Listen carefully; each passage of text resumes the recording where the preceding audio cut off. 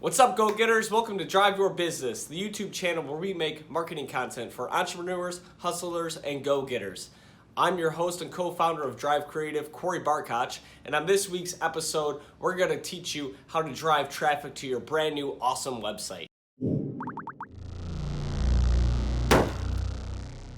Now, whether you're a brand new company that maybe just launched their website and is getting ready to open their shop, or whether you're an existing brand that already has sales and revenue, but you've built a new website to increase your sales, this video is going to be relevant to you. Building a new website is a huge project. You've got to organize your content, you've got to design it and brand it so it matches the rest of your brand consistency. You've got to create wireframes and plan everything out. Then you've got to develop it. There's just a lot of pieces in mind.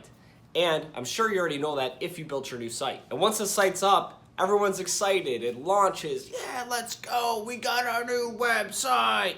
And then it just sits there. I've seen this happen a ton of times. The problem is, yes, the website is super important, right? It's a place where everyone's gonna land and find your business, but if you don't have a strategy to actually drive traffic, nobody's ever gonna find it. Google's not just gonna decide to say, hey, boom, awesome looking website, let's rank this #1. Unless you're like Tesla or something. Yeah, if you're Tesla, you can just literally throw a website up and people are gonna be searching for Tesla all the time. And that domain, tesla.com, is gonna get a ton of authority. But if you're a normal, medium-sized, small-sized company, that's just not in your cards. The first thing that you can do from day one to get more shelf space for your site, and not only for your website, but really your business online in general, is to propagate your business listings properly. Now, your business listings include all those listings online like Yahoo, Google My Business, even Facebook, Merchant Circle, Yellow Pages, White Pages. There's hundreds and thousands of these listings online that you can be taking advantage of to pop up in search. Now, the problem is it can be super time consuming to fill all of these out, right? You can imagine going into all these listings, finding all these listings, manually typing them all out. There's also the side of human error. If your listings don't match, for example, if this listing says 123 Hampton Boulevard and this one says 123 Hampton Street, the search engines can't say that those match, so you don't get credit for both of those. You actually get credit for neither. So it's important to use a listing service where A, you can manage all these listings from and propagate them all online, which is gonna save you a ton of time. But it's also important to use it so that all your information matches. What's more embarrassing too than sending somebody to the wrong address? I'm sure every single one of you have put in an address on Waze or Google Maps before when you're driving trying to find someplace and you just end up in a random parking lot or in the middle of nowhere. That makes you distrust the business, right? So you gotta make sure that these business listings are set up properly. There's some great listing services such as Yext.com or Reputation.com. I don't really have an affinity for either of those. Particularly, but they're both good. They both allow a yearly subscription for your business. They also allow for multiple locations if you have more than one storefront. So I would highly suggest looking at one of those services instead of filling these out manually. Now, what's gonna happen when all these services propagate is from a branded search perspective, like if I put in Drive Creative, on Google search, not only do I have the opportunity for my website to rank, but then I have my Google listing page, I have all these other pages. So if you have a name and you really want to own that name from a branding perspective, I definitely recommend getting one of these listing services. In addition to that too, you're going to get a bunch of quality backlinks to your website, which we'll talk about later in this video as well, from these authority sites, right? So this is a strategy where branded search, you're going to pop up, you're going to be on that first page. Nobody else is really going to have it because you're going to dominate it with all those different listings and different citations. And then also from a actual SEO perspective, you're going to gain a ton of backlinks to your website. And a side note on this too, which is helpful, is that from a reputation management standpoint, like when somebody's maybe filling out like a review, whether it's a complaint or something positive, that can be really hard to track manually too. With one of these business listing directory services, you can actually set notifications on your platform, on your dashboard, where you can get notifications when people fill out any sort of review on your site, any comments, any feedback, so you can actually just answer everything through there. So it's really helpful. I definitely suggest doing it. It's not a big marketing investment. It's just a tool. You have to use it. If you don't use it, it really doesn't do a lot from the reputation standpoint. The other stuff kind of takes care of itself, right? You just fill it out and it's good to go. Now, another great way to drive organic traffic to your website is to really start owning a social media presence with great content. And what I really mean by good content is something that's well thought out, that has to do with your brand and is targeted to your audience, right? just putting up like Merry Christmas or Happy Hanukkah or Happy Birthday and stuff like that on your Facebook, it's really not enough. It doesn't add a ton of value. We're talking about content that people actually will be interested in, content that people actually want to read or view, content that people are actually going to get something out of, right? It's not about making your brand look awesome. It's about actually giving your users something that they can use to remember your brand and come back for more of that content, right? We're trying to create a real relationship with people, and the way to create a real relationship with people online is to add value and not make them feel like they've wasted their time. So one example of this might be to create some kind of vlog where you give free professional advice on how to do things in your industry, like what I'm doing right now. But this could be done in any industry, even if you're in manufacturing or dental or real estate or whatever it is. Like if you're a realtor and you want to create a video on, hey, here's the 5 things I recommend and how to get your house ready to sell, right? Or if like you're a dentist and hey, here's the 15 things, or here's the best way to literally brush your teeth. Like you can make a 4-minute video on the best way to brush your teeth and like take people like step through step. Like it might sound silly, but people are actually probably searching on YouTube best ways, best tips for dental care because they have bad teeth and they want to take better care of their teeth and teeth whitening, all this kind of stuff. You can literally show people how to brush their teeth or how to whiten their teeth better. But if it's an actual video that adds value, like people are going to come back and look for that, right? Now in these videos, you can host them on Vimeo or you can host them on YouTube like I do. I would also definitely suggest including a link to your website within that content and then housing those videos on your site. So like if you look at our website, there's a resource section. You go to drivecreativeagency.com. Go under navigation, there's a resource section and there's a video section. So we actually house all of our YouTubes through YouTube embedded to our site. And the reason we do that is just if somebody lands on our site, we want them to be able to find those videos because then there's an opportunity for them to follow our YouTube page and come back for more content. But definitely include a link to your website on the other platforms that you're sharing so people have the opportunity to actually visit your site after they view the video. Another thing that you can do is you can write blog content on your website and then share that on social media with a link. So the idea there is that you're writing a blog or you're hiring somebody to write a blog about something helpful, instructional, maybe some thought leader content, whatever it might be, and you're sharing that blog on social media so that people can find it, click on it, and go back to your site. I would consider that quality content, not only for the reason that if it's written well, people will want to read it, but also B, it's evergreen content. You're able to share it on your site. You can share it on social media. You can share it through email marketing, so you can share it in different places, which is awesome. All the content you create, you want to think about, hey,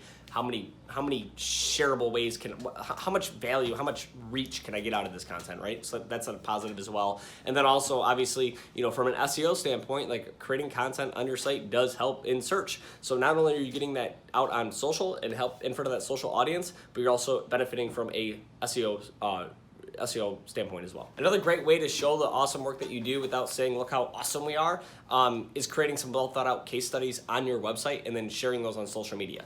So for example, like what we do is we will, for example, if we're doing a digital marketing campaign and we've created a website for a client, we have a layout that we use and it basically goes overview, problem, solution, results. And it's a really great way to visually and dynamically show the work that you actually do. So when you have those big wins, or if you've done something really interesting, a great thing to do, create those case studies on your site, share them on social media. Awesome way to showcase your clients, awesome way to showcase your work, and obviously an awesome way to get people to your website. And then also, if you're like in the retail space, or if you have a free download, you're a manufacturing company and you have some kind of white page or download for how to CNC machinery, or maybe you're a technology company and you have a download or some kind of form that says, hey, put in this information here and we'll calculate your the amount of money that we can help save you in IT, or whatever these lead magnets are, right? What you're using to get data on your site, you should also be sharing that on social media, because it's also just another way, to drive people to your site to fill out that information or get that download. And it's also another avenue to actually get that data that you're looking for. Now, I know I already just talked about blogging, but I want to come back to that for a second, because we're going to talk about more about how to blog from an SEO standpoint. Now, we're not talking about social media. This is blogging for SEO. I'm going to go through a quick checklist on how to create a blog that will actually help rank and get people to your site through search. Now, this is probably the most important thing, just to start with, is to come up with a blog topic that people are actually searching for. The last thing you want to do is just go on a limb and spend all this time writing a blog or paying somebody to write a blog and nobody's searching for the topic that you are writing for. It's kind of a waste of time. So to do this, you can go to Google Trends. Google Trends gives users like us the ability to search and find out what is trending, how much search has been targeted towards a keyword, and really just figure out like, hey, how many people are searching for what I'm writing about. So after you have a topic that people are actually searching for,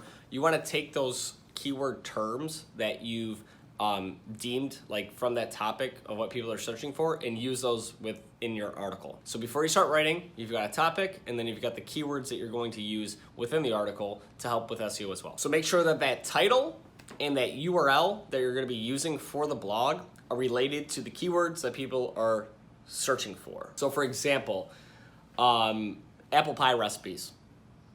Trending like crazy, dude. Let's say apple pie recipes is trending like crazy and you're a food blogger that writes about desserts. So you go in and you say, hey, apple pie recipes, right? You want to include apple pie recipes in the title of the blog, right? You want to include apple pie recipes as one of your keywords, and you also want to include apple pie recipes in the URL for that blog. So foodblogger.com/apple-pie-recipes. So when writing this blog, it's also good to point to other authority sites that either back up what you're talking about, might give more information, or maybe it's like for a statistic, right? So like if you go on our blogs, you'll see if we're talking about some kind of trend or some kind of stat, we'll always back that up with a reference to another site that's an authority site with a link. So you'll see it highlighted like, hey, 95% of all people, like to go to the grocery store on Tuesday. Like if we're saying that, then that'll be backed up by some kind of authority site with a link to it, and that can help with your overall SEO value too. It's also good to cross-reference links within your own site. So pointing to other blogs that help that makes sense. So if you're creating a blog and there's a topic within your blog that you don't want to go into full detail, you can say, hey, we're not going to go into full detail on this, but if you want to check out our other blog, and then you create a link and point it towards that other blog as well. That's just one way to do it. Creating links within your own site can help with the link building process on page and helps with SEO search as well. Also, using some on-page optimization of that blog on your site is important as well. So just making sure you have meta tags, alt tags. If your site's WordPress, you can use like a Yoast SEO plugin to help with this. It'll kind of walk you through on how to optimize that blog. Very, very helpful. I highly suggest if you're using WordPress, you use that. No reason not to do it. It only takes a few minutes, literally, and it adds a ton of value. And as far as the length of your blog, really try to focus on making this thing over 1,000 words. Closer to 2,000 words is even better. This is just what we recommend. If you want to write blogs that are shorter, that's fine. They're probably not going to rank as well. They still have the opportunity to, but with most of our experience and the blogs that we've written and the SEO that we've done for companies, we just find that longer blogs, closer to 2,000 words, written in the right way, right, with the right keywords, the right title, the right meta, the right everything, right, and crafted in the proper way, perform better than shorter blogs. So I know all this blog talk can seem like a ton of work, and it can be a lot of work, right? So if you need to hire a professional writer or have someone in your team help you with it, totally. Like I definitely suggest doing that, right? If you're the business owner watching this, you probably don't have enough time to blog. I know I don't have enough time to always blog. But with that being said, it is important to be adding content to your site, and blogging is a great way to do that. So make sure that this is part of your strategy. Now, getting links to your website, right? This is another awesome, great, super effective way to help with your SEO. Link building is basically earning links from other authority sites that reference back to you. So like when I talked about in blogging, when we're gonna point towards an authority site to reference something, it's basically the opposite. You're getting people to reference to your site. Now, what that does is that it creates that link from an authority website, because you want links from authority sites, not garbage sites that can actually hurt you. You want authority sites to point towards you. And when Google sees that, they view you as an authoritative person in that subject matter, and they help with the overall rank of your site. Now, there's different ways to do this. We could really just shoot a whole video on how to earn links and go through the whole thing. We're probably not going to do that in here because it'll take a long time. But there's a couple different ways. One, getting relationships with some of these blogging companies, right? So if there's different ways to do that, and maybe you have organic relationships. Maybe you want to reach out and offer to add some kind of value. Maybe connect on LinkedIn and just start shooting it and seeing hey, who do you guys link to and yada yada. That's one way to do it, is just build that relationship with the sites that are creating content, that are authority sites. The other way you can do that is there are services out there that you can basically, you just pay them. So you create the content for them, you give it to them, and they will post it on their site. Just buyer beware, I guess. There are good sites where you can actually, pay for links and get that link built to your site. But there's also some really bad ones that I would stay away from that could actually have a really negative impact on your overall search. So when doing link building, definitely more effective to hire a professional unless you want to spend a lot of time researching that and figuring it out yourself. But link building is huge. It's one of the main things that we do with all of our digital marketing campaigns and SEO campaigns. We have a heavy link building focus because it definitely helps a ton in search. Another awesome way to drive traffic to your website and get people coming back, really get that return rate up, is through that old school email marketing. I think where people mess up with email marketing is that they are marketing to a list that doesn't want to be marketed to. So step one is creating that list that has raised their hand and said, hey, send me emails, right? Even if they didn't remember it, because then they'll just unsubscribe anyway. So to get people to sign up for your email marketing, you're gonna wanna create some kind of form on your site or some kind of download that gets people to fill that out. And in order to get people to fill out and give you their data, you're really gonna add a lot of value. So if it's a download, it better be a good download. It better be, a robust ebook or a robust white page that really adds a ton of value. Or if it's a form, you better have some content on your site, like on your blog or whatever, that already gives a ton of value. So people want more value. They want to be notified, hey, when a blog goes out, I want to get it. Now with WordPress, there are tools that help integrate Mailchimp with WordPress, which is awesome. And what that basically does for you is when people fill out those forms or do those downloads, their data will automatically be ported over to Mailchimp so that you don't have to do it manually, which saves a ton of time. Also, what you can do is you can set up an RSS feed through Mailchimp, right? So that when your blogs are added to your website or any content that you deem you want sent out from Mailchimp is added to your website, Mailchimp will automatically send out that content to your audience. Now, types of content to send through email marketing. You can send out your blogs, you can send out different downloads, you can send out infographics. Basically, all the content that you're creating for your marketing, you can send out through email marketing. Just make sure it's valuable. Don't overdo it. I hate when somebody sends me 6 emails a week. I don't even look at them.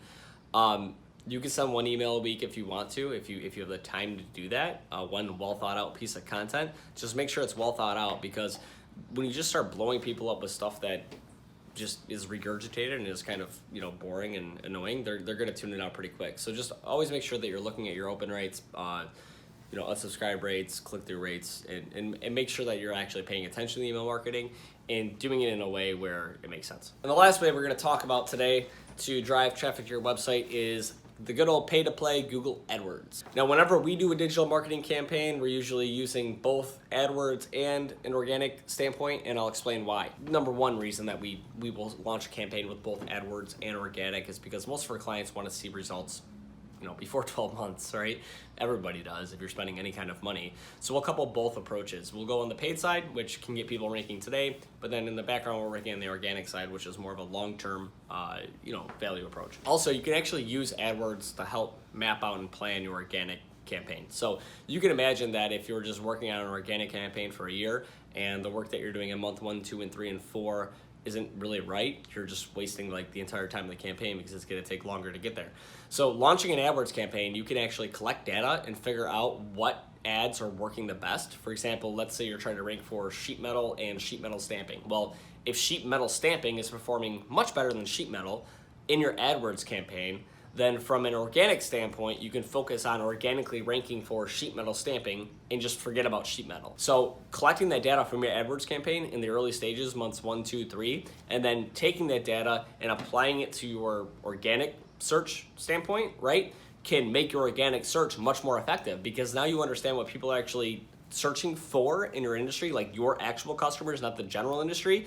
And then out of those people that are searching, what's converting, right? We want to focus on the keywords organically that are converting the best, obviously in AdWords too, but when we get that data in AdWords, we can apply that to our organic campaign, and now both campaigns are going to work better. Now, it's important that your team or you or whoever's doing the AdWords campaign is AdWords certified so they understand the ins and outs of AdWords. That's definitely step one of this. So if you just go online and I think just type in Google AdWords certification test, it'll pop up in search. You can just click there. There are a couple different tests that you can take. They're free. They take time, but they're free. So do that. After you're AdWords certified, you need to create an account. So you can go to ads.google.com to create your AdWords account. And when you create your AdWords account, you're gonna have to put in some credit card information, basic business info, and just get that account set up. You need something to work from to do your keyword planning. Make sure that you set a monthly budget that you're comfortable in working with. So you can use tools like semrush.com or spyfood.com to search your competitors and figure out how much they're spending nationally.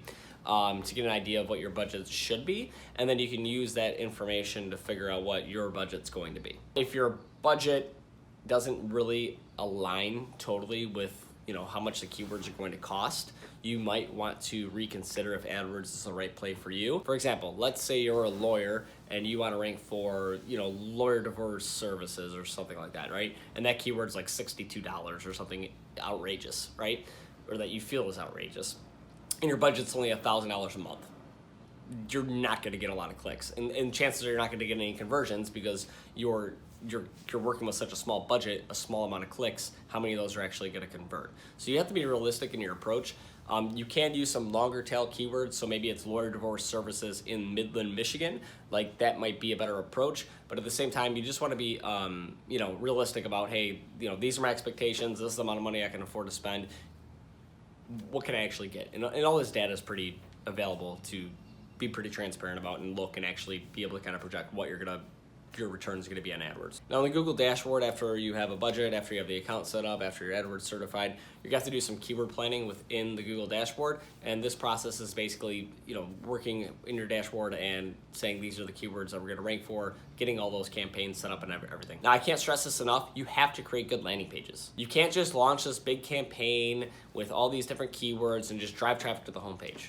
You don't do that. You need to make landing pages that are specific to each campaign. These landing pages need to be dynamic. They have to uniquely, easily, right off the bat, spell out why somebody should buy from you. Like, this is the place where people are making that decision. After they've gone on Google and they've searched for your service and they find you, they gotta have a great first impression. They gotta understand, like, at a glance, this is exactly who you are, this is why we should buy from you, and if you don't do that, they're not going to convert, period, and you're gonna waste your money. So when you're setting up this campaign, really take landing page building seriously and make sure those pages are branded and the content specific to your brand and spells out why anybody should care. Like, why should I buy from you? And make sure that call to action's clear. Make sure the way for them to contact you is super easy to find. Like, just make it dummy proof. Obviously, after you got all that set up, you can launch that campaign. You're gonna have to keep an eye on that campaign, which you'll learn about in your Google AdWords certification training, but really keep an eye on that campaign and make sure that it's performing properly.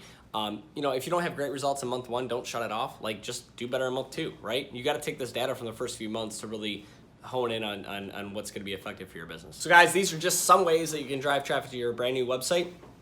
If you're interested in learning more or looking for a team to help you, we're obviously happy to help. Check out our website, drivecreativeagency.com. If you contact us, I will personally answer the phone and have a conversation with you. I'm happy to do that. Don't forget to like this video, subscribe, share this with your friends, put it on Facebook, everywhere, blast it on billboards. Seriously, we do appreciate if you subscribe to this video. There's more content coming soon. I'll talk to you guys later. Thanks.